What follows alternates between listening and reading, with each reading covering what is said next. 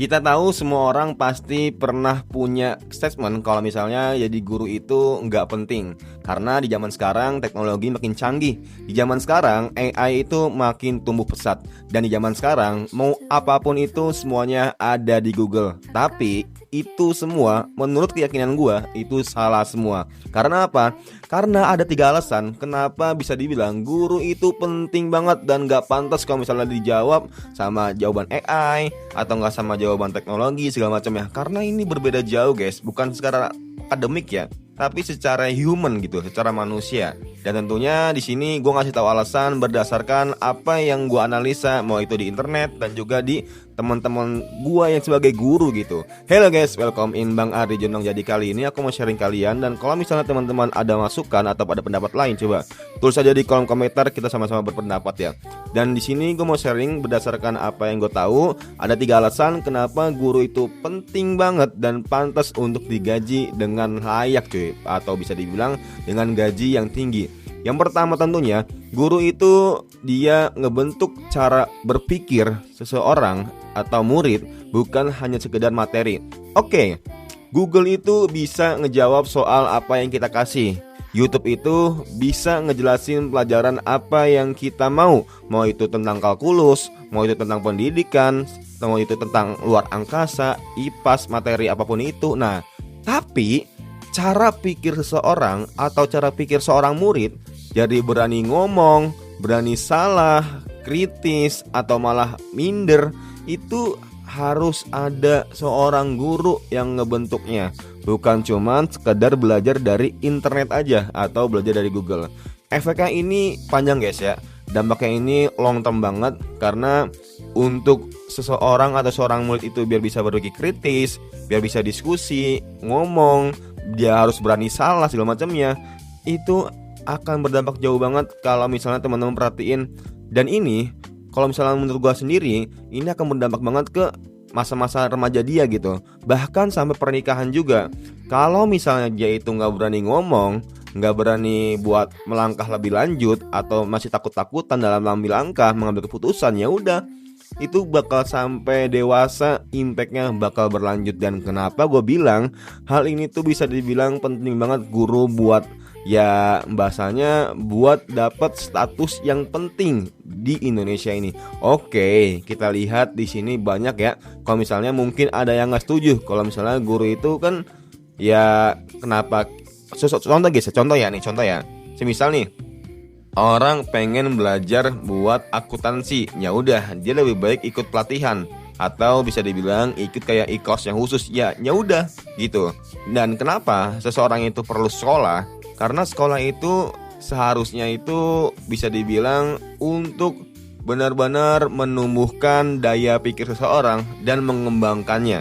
Bukan cuma sekolah, datang, pacaran, cari perhatian ke lawan jenis segala macamnya. Nah, tapi faktanya ini kan yang banyak terjadi, ini mana mereka sekolah itu ya tujuannya cuma buat dapat atensi aja dari lawan jenisnya, karena mereka terinspirasi dari derajin-derajinnya seperti itu ya cuy.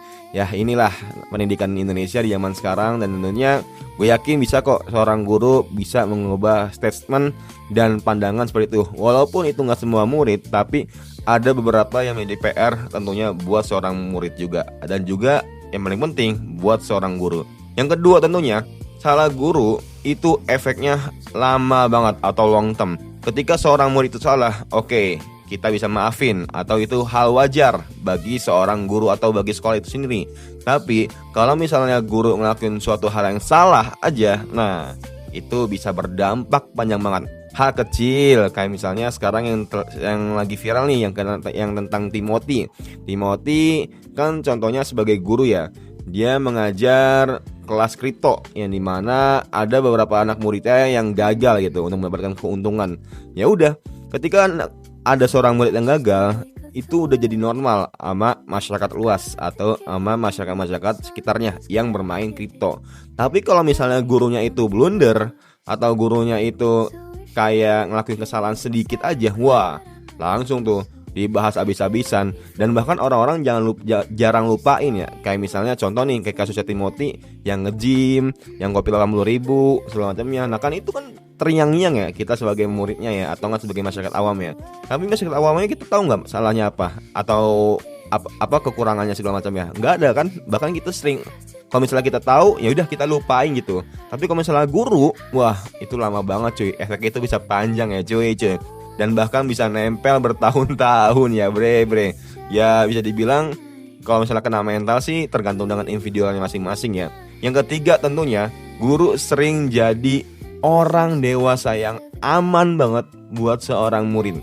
Contoh misalnya ya mungkin di sini lu ada yang hoki atau seberuntung yang dimana keluarga lu itu harmonis atau keluarga lu itu jadi tempat nyaman buat lu. Tapi ada beberapa murid yang dimana mereka itu nggak terlalu nyaman karena orang tuanya itu broken home, atau nggak orang tuanya itu dia masing-masing sibuk dengan pekerjaannya atau sibuk dengan karirnya segala macamnya. Saking sibuknya itu bisa dibilang ya udah cuman dititipin aja gitu di sekolah. Jadi pulang pergi doang. Nah, kadang juga seorang guru harus bisa menjadi orang tua yang kedua di sekolah itu sendiri. Mau itu dalam belajar ataupun dalam segi pendidikan akademik maupun non-akademik. Mau itu dari akhlak, dari tingkah laku, dari perilaku, dari cara berpikir segala macamnya. Gak semua anak itu punya rumah yang aman dan nyaman di rumah. Tapi semua anak itu punya akses untuk menjadikan guru sebagai orang tua yang kedua. Dan inilah kenapa bisa dibilang pekerjaan yang sangat sulit banget buat seorang guru.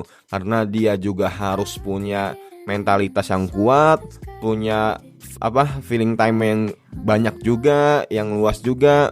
Sedangkan dia punya kesibukan, punya keluarga segala macamnya, tapi dia harus bisa memprioritaskan pekerjaannya dulu, memprioritaskan muridnya dulu. Nah, inilah yang dimana pekerjaan yang sesungguhnya yang jarang orang-orang ketahui alasannya ya cuy. Nah, menurut kalian gimana? Apakah kalian seorang guru atau kalian hanya sebagai murid biasa? Coba tulis di kolom komentar. Kita sama-sama berpendapat. Semoga bermanfaat and see you next time. Bye.